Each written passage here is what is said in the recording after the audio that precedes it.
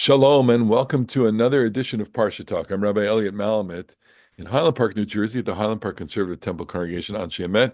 Joining my good friends, Rabbi Jeremy Kalmanofsky, Anshe Chesed of New York City, Rabbi Barry Chesler, Solomon Schechter Day School of Long Island. We're recording this on it's now day 426 in Israel of the war and the captivity of the hostages.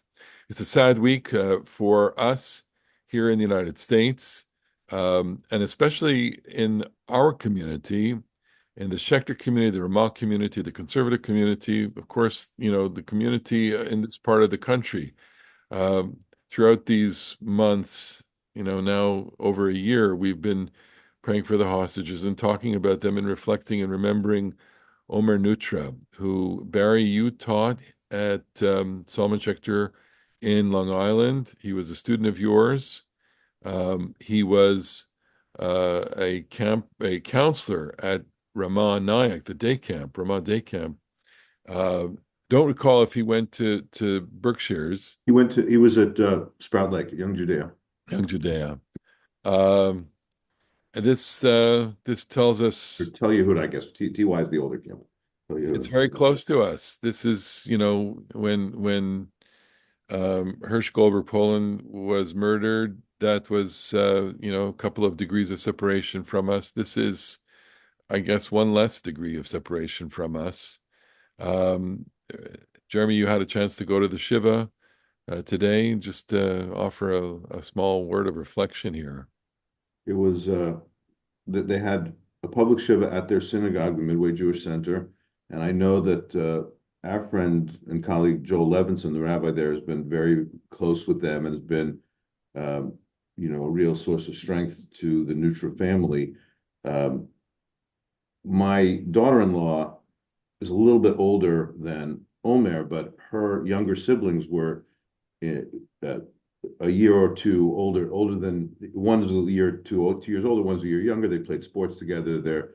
That family is close with the Neutras. They knew them well. So I was with them today at the shiva where there were just hundreds and hundreds of people, and they managed it with kind of a long line, and everybody went up and had a moment with them. And those who knew the Neutras personally had it a little bit longer, and I just had a moment, but I just said to Orna Neutra, the mom, just conveying the feelings of my kahal, and that all of Am Yisrael is mourning with them today. And she said, we really feel that, and I hope they do feel that this is not one loss for one family, but something that touches us all. Really, And we just mm, it's we're just heartbreaking. this is what we say of it in the phrase of traditional phrase for comforting a mourner is you be comforted among all the mourners of Zion and Jerusalem, Zion v'Yerushalayim. And that really feels to, capture it. We are all the people who love Zion and Yerushalayim from our people are with them. It's a very special connection. Tragic end of this part of the story for them, and just the worst possible scenario. They held on to hope for all these months, and just it's devastating. It's devastating for us in the orbits and all the concentric orbits around us, and that I'm referring to that famous poem by Amichai. The diameter of the bomb, the diameter, we are all affected by what happened in the center. At any rate, we come together. It's hard to understand. I mean, our listeners will probably all know this, that they said this week that they learned that he died on October 7th. It's hard for me Yeah. to kind of get my mind around what kind of new intelligence they got now. And maybe there's one of the Hamas people who's informing or something like that. I don't know, but There was a suggestion that they kind of started all over and investigated all the hostages situation anew. After in the aftermath of October 7th, a lot of things were rushed as the situation dictated. But my understanding was that there was a careful review of everyone's situation. Hmm.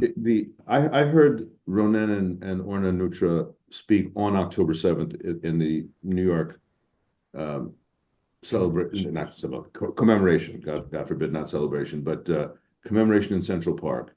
And we don't have to get all political. Let's just say that I share their view that the government of Israel has been, has betrayed its citizens in a terrible way and not prioritized bringing the hostages on. That was certainly their view. On that day, on October 7th, in Central Park, there was a whole lot of, standing together and not a lot of more direct political comments, but the Neutras had political comments, and I found myself admiring their clarity and agreeing with them. But they were also it was 100% clear to me that, and just like Rachel Goldberg Polin and John, they fully expected him to be alive and return. And they weren't playing, they weren't putting a good face on things. They really fully expected that he would return. And if there's any, it's not comfort, of course, but if he died on October 7th, at least he was spared this torture. Sure, of a A year. number of Well, people mentioned that at the funeral on Monday. Yeah. you know, Um, Were you at the I was, yeah, I went. you went. What any reflections, Barry, your former So I guess I have two kind of reflections, and one is I think that one of the distinguishing marks of Omer was he had this great smile. He had a real joie de vivre, and it's hard to picture that smile as no longer being alive. Um, and we say Ad Mei of the Esrim. He had almost Maya left of yeah. that May of the Esrim, and that also is quite disheartening. But one of the things that I took away is that when the Nutras spoke, they spoke about how inspirational Omer was. But the Nutras themselves and the way that they've conducted themselves for the last 14 months also was inspirational. And I hope that that will bring some comfort to them as well. Yeah. I don't know them, of course, and just watching them from afar, seeing their interviews, and there was a documentary in Israel that was that featured them quite lengthy conversation with them, talking about their community and how much support they have received over these months, and this is really a unique part of the American Israel story, the that we have within our communities, individuals who make Aliyah, who serve in the RDF, who come back after serving, and this makes, of course, this connection quite real for us. In the era pre-October the 7th, where we were truly struggling with this question of, how is it that what's the connection? What's going to be the relationship down the line? So, with this connection, with a personal connection, the people to people connection, I think that's the way that we have this relationship. It's only going to be based on personal contact and institutional, of course, but it really boils down to people and to our connection to each other, to Klal Yisrael. when I was there today, there were whole school buses and that's why I texted you, Barry, in the course of it to ask if the Schechter kids were coming or had been there before or They're whatever. going to go, I think, tomorrow. But there were just whole school buses full of Orthodox day school, high school students. And just the pattern of people's behaviors, the percentages of them who go on yeshiva years is very, very large. And the percentages of people who stay and then do the army is kind of pretty significant, more so than in our communities. And I was just thinking to myself, like what this experience to these Long Island kids, what it feels like as they are going to mark um, this terrible, terrible tragedy for one of our community, and know that it could be them next time.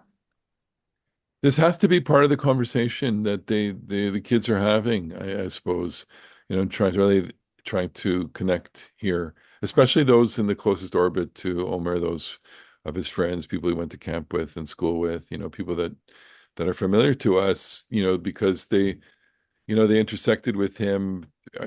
Kids who were into the Berkshires knew him. Kids who, went on to all these programs. We all circulate in the same spheres. So, well, may his memory be a blessing, and may it be an inspiration for all of us, really. Right. And only sending comfort. We share in the wishes of comfort for this family that has gone through more than it can bear over the last 14 months.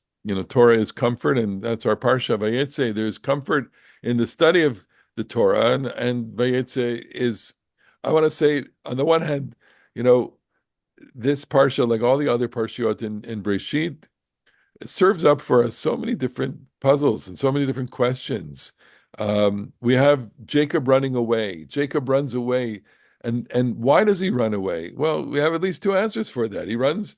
Vayetzei Yaakov, as the beginning of the parsha says, Vayetzei Yaakov Beersheva, Vayelech Harana. He's leaving Beersheva because his mother said, "Run for your life until your brother's anger he calms down." And he leaves because the father, at the mother's behest, says to Yaakov, "Go get yourself a wife. It's time. It's time for you to get married."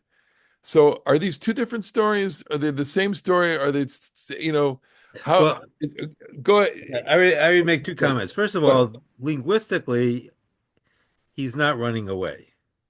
And I know this only because this is my bar mitzvah portion, and the Haftarah begins by Yivrach Yaakov. That's Yaakov running away. Well, she says, excuse me, brach lecha, brach Right, lecha. but the parsha begins by Yetzei Yaakov, which is a Ah, more measured term than Vayivrach.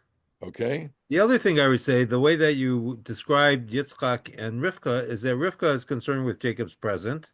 He has to run for his life. And Yitzchak is concerned with the future. He wants grandchildren. Okay. And I suspect that there is some kind of reflection.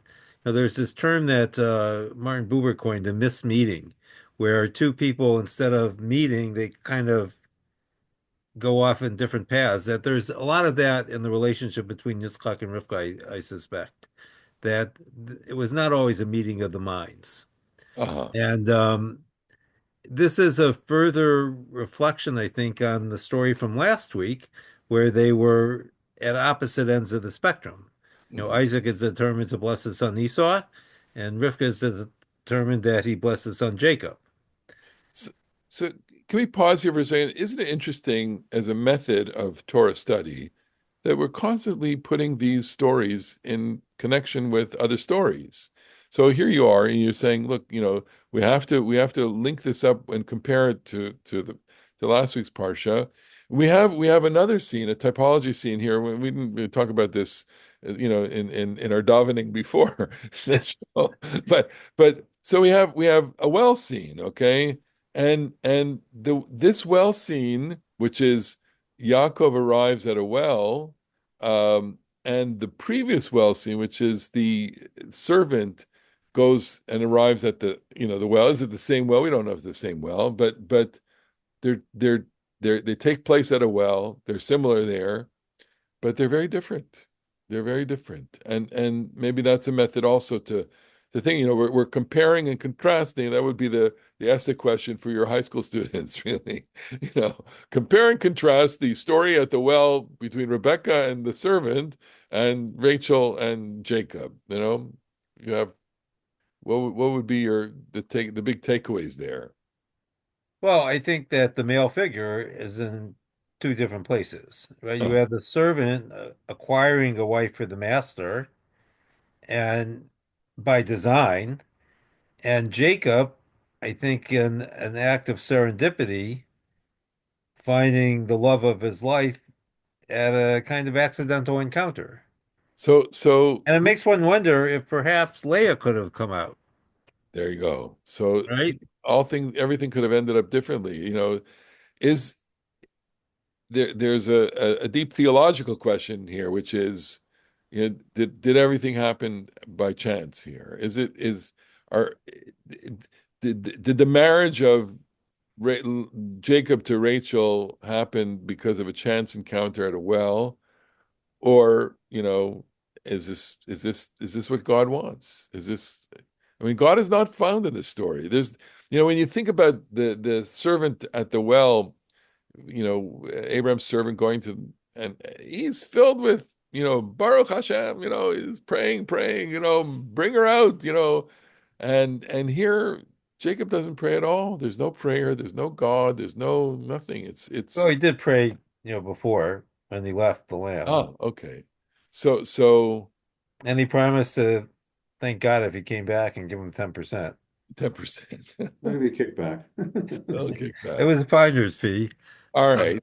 Well, So when let you let said that, is it the same well? I don't I just noticed this year. I mean, this is not a chidush or anything, but the servant goes to Aram Naharaim, Ir Nachor. yeah, Okay, Ir Nachor. Nachor is not really in the story very much. He kind of comes in at the end. This is Abraham's own brother. there.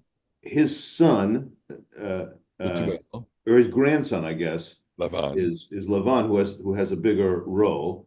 Or no, maybe Nachor does. Well, whatever.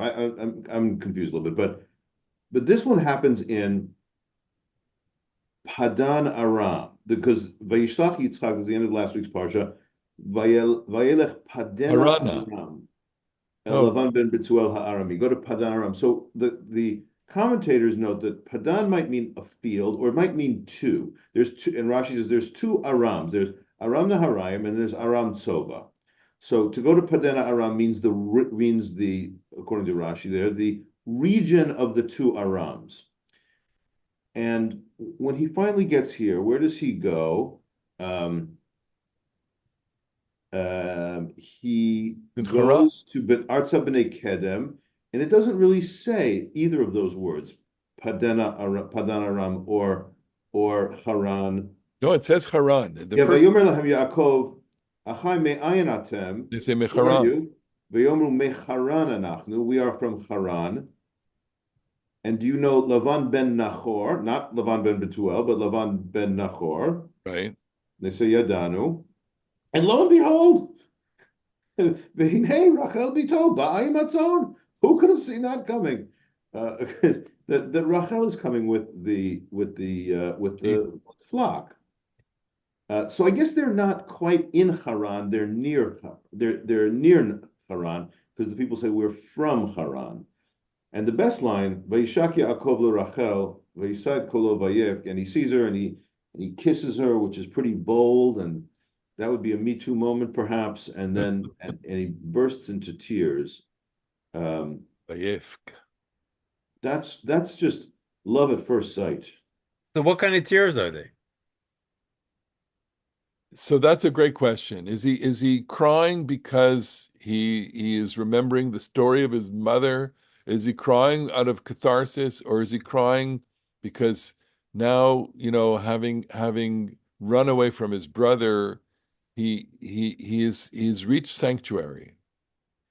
Because reading the two directives, the directive from his father and the directive from his mother, the directive from his father says Padan Aram. The directive from his mother says Haran. He ends up in Haran. So he's following the mother's directive, and he is finding shelter, finding sanctuary, and that arrival at sanctuary. Now, I want to kind of wrestle with this question here. We project onto the story a great romance, and does the story itself call for that? Because it says, okay, Vayishak Yaakov Rachel, he kisses her. So you're gonna say, are you saying, wow, he sees her? It doesn't describe her yet. Go back to verse 10. Vayihi kasher ra'ah Yaakov et Rachel, when he saw her, but Lavan achi imo, the daughter of Lavan, his mother's sister, and tzon Lavan achi imo, and the sheep. Vayigash Yaakov vayagel et ha'even me'al pei ha'be'er. He comes up to her, he rolls the stone off of the well, vayashket et tzon Lavan achi imo, and he waters all the sheep. So he's filled with all this strength. Okay, so we can say that he's trying to put on a big show for him and really demonstrate masculinity and strength here. Totally. Yeah, And I just want to point out the word you're saying now. Okay, assuming this is originally an oral text, the the fact that the words are spelled the same may not mean something, but to us looking at the Torah, Vayashk et hatzon, vayishak et hana'ara. yeah. He waters the flock and he kisses the This- girl. Okay. Uh, it's a beautiful parallel. So he kisses the girl, Vayishak Yaakov l'Rachel, which is rather demonstrative, and he cries. Okay. And is he in love here? Is he smitten by her? Yes, yes, yes. This is you're wondering whether or not this is an kind of an overreading. No, no, no. It is the love at first sight story, totally. And I think it is demonstrated by the truly superhuman feat of Yaakov's strength, because remember they had explained to him the reason there was a stone on the well. He says, "What are you guys hanging out in the well in the midday?" He says, "Well, we all have to be together to roll the stone off the well because it's a huge project. We need all the guys to do it." And he does it by himself because he's the man, and he is seized with this love for her. But the best thing is, um, verse 20, Vayavo Yaakov v'Rachel sheva shanim, and he worked for her for the 7 promised years. Vayu beinav kayamim achadim be'ahavato ota. Because Okay. and it worked all 7 years, and it was just like it was a few days because of his great love for her. So there's a I I once was in a class with Yair Jakovich, the Bible scholar, and he said there's a shira shirimic quality to this text, and you can't you know go around that. Yes, there's the romantic reading of the text, and but I just want to ask if there's a non-romantic reading of the text, which is understanding, and I'm influenced by this article I just read on thetorah.com, which by Zephyr, who says Vayahav has a big range of meaning, including love, including loyalty, including, conviction, but also a little bit of desire, a little bit of attractiveness, a little bit of lust, a little bit of like, I need to have her. Nothing wrong with that. Nothing wrong with that. But so is this desire or is this love? And then the question then is if it's love in the romantic sense, then the rest of the story doesn't make sense. How Or so? how so? Because he wakes up next to his sister, to her Her sister, sister. her sister. He didn't have sisters. But Exactly. I have to say that, a lot of times when we read stories, we think about what are they actually trying to explain?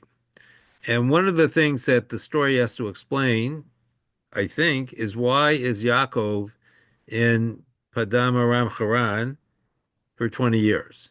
Yeah. And without the love element, that would make no sense.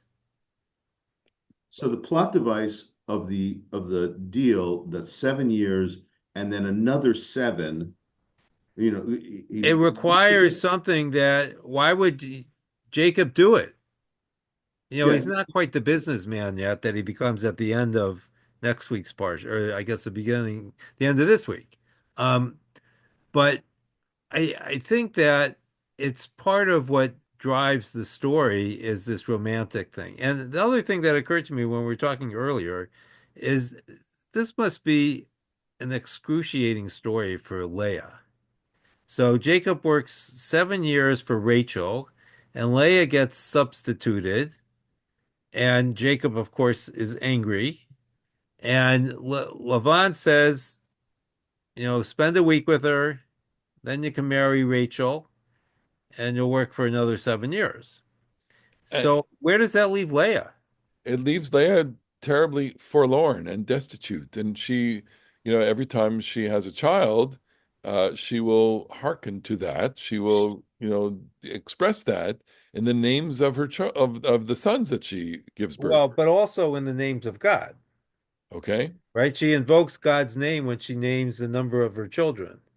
And Yeah. contrary to the God of Rivka, which her father, she puts in her saddlebag when she steals him from Yeah. her father. Yeah. right? So I think in a certain sense, Leah is actually what we would consider to be the most religious of the matriarchs. Interesting. This is a very nice point because, and just to fill in the things for the reader, for the listeners, Reuven is for sight. God sees my suffering, and Shimon is for hearing. God hears That's my beautiful. my suffering, and that I am hated, and Like, and Levi is now finally my husband will accompany me, and it never happens. And then Yehuda, the fourth one, says, Hapa modet Adonai. So this time I will just thank God. And she's no longer waiting on this prospect of she's going to win Jacob's love because that's just hopeless. And she gives up and she decides to be satisfied in herself. But I think part of the thing that's interesting about this is no question that if we imagine ourselves into the experience of the matriarchs, Leah's just got to be in just a world of pain. The Midrash has this wonderful thing that Rachel and Jacob knew. They know who Lavan is. They could see this coming around the block, and so they made a password to some sort of secret code, that they would know that it was really going to be Rachel and not Leah, and that so they would trip up Lavan's, they would foil his dastardly intentions. But in the last minute, um, uh, not wanting to humiliate her sister, she gives Leah the password.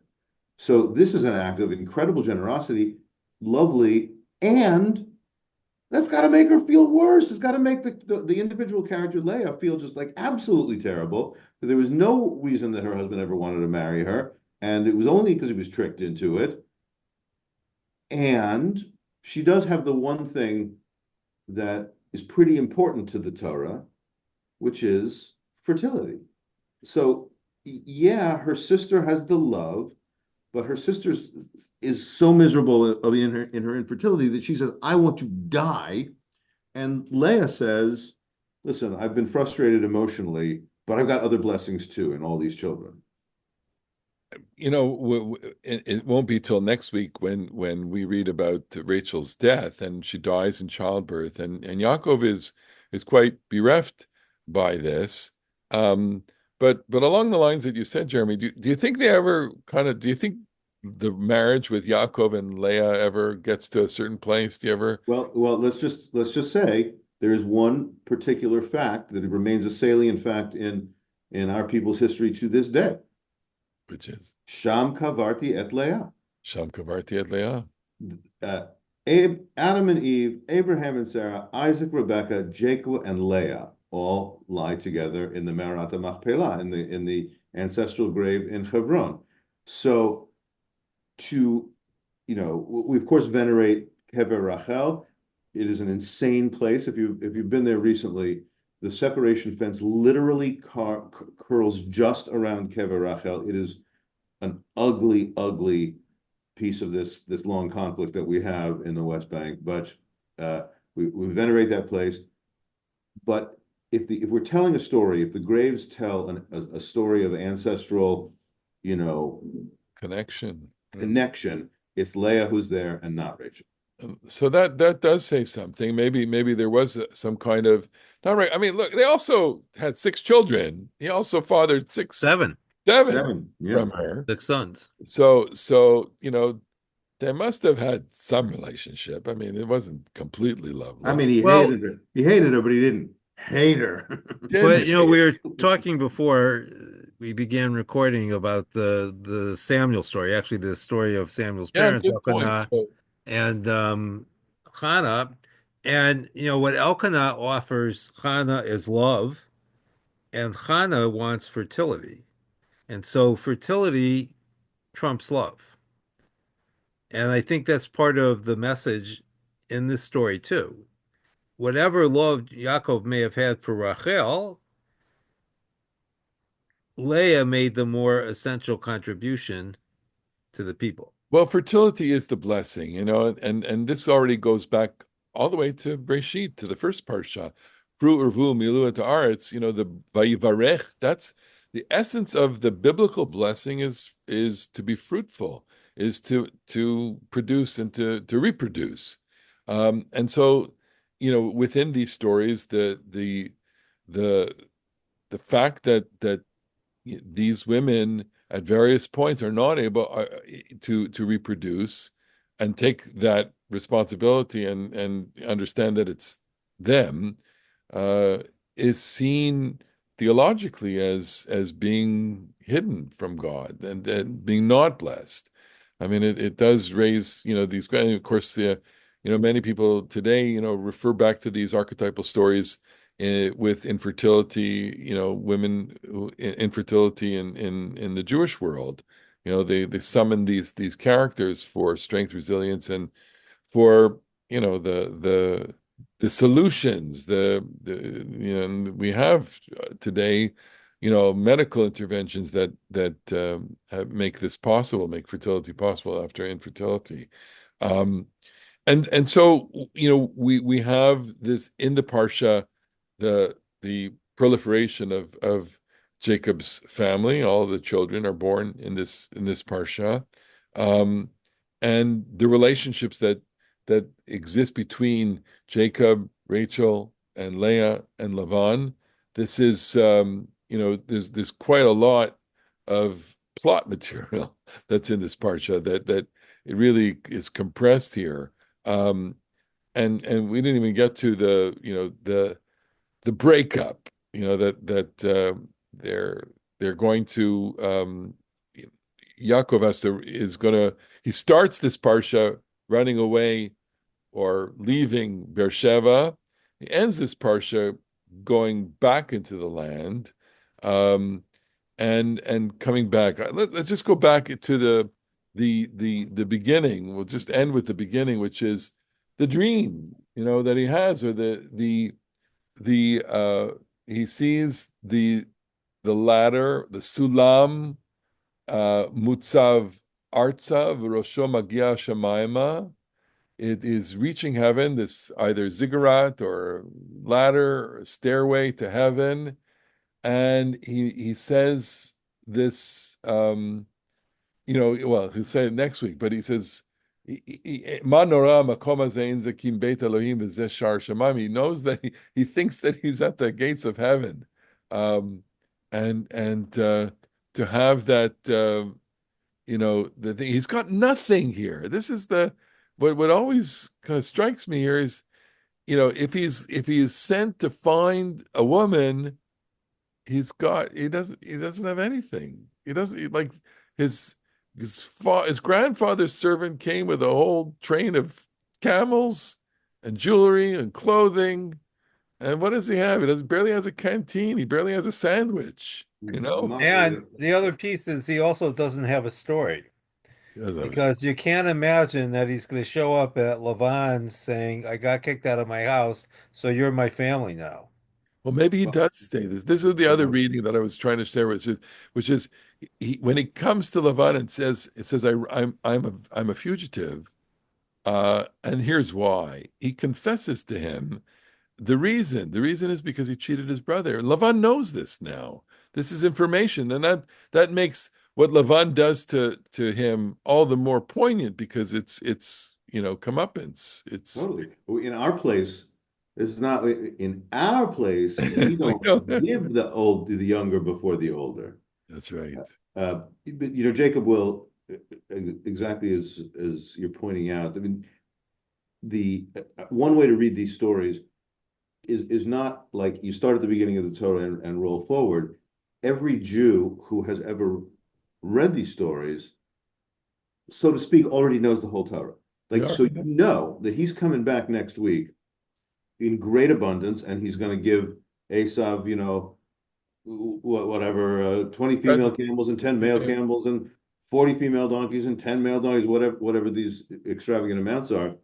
And he says then next week, with nothing but my staff, I crossed this Jordan River, and here I am, 2 camps worth. Exactly. So we know that's and that beautiful line that he says there next week, Katonti mikol hasadim mikol haemet. I'm really unworthy of all this incredible success that you have sent my way. Like every Jew who already reads, every Jew who gets the Parasha Vayetzei knows that Vayishlach is coming, and that poverty is now and wealth is coming. Yeah. So that lonesomeness and that forlornness really comes out strongly.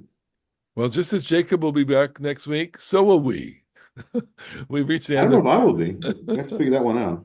we will conclude our conversation here. It's been great always. Again, comfort to Klal Yisrael during these very difficult days. And to all of our viewers, our listeners, we thank you for spending the time with us. We know that this is important to you, and that's why we love doing this. We love sharing this Torah with you and sharing our questions, and hope that you get something and that this enhances Shabbat for you and your conversations around the table or wherever you have them. And we hope to see you next week on the next edition of Parasha Talk. Shabbat Shalom, everyone. Shabbat shalom.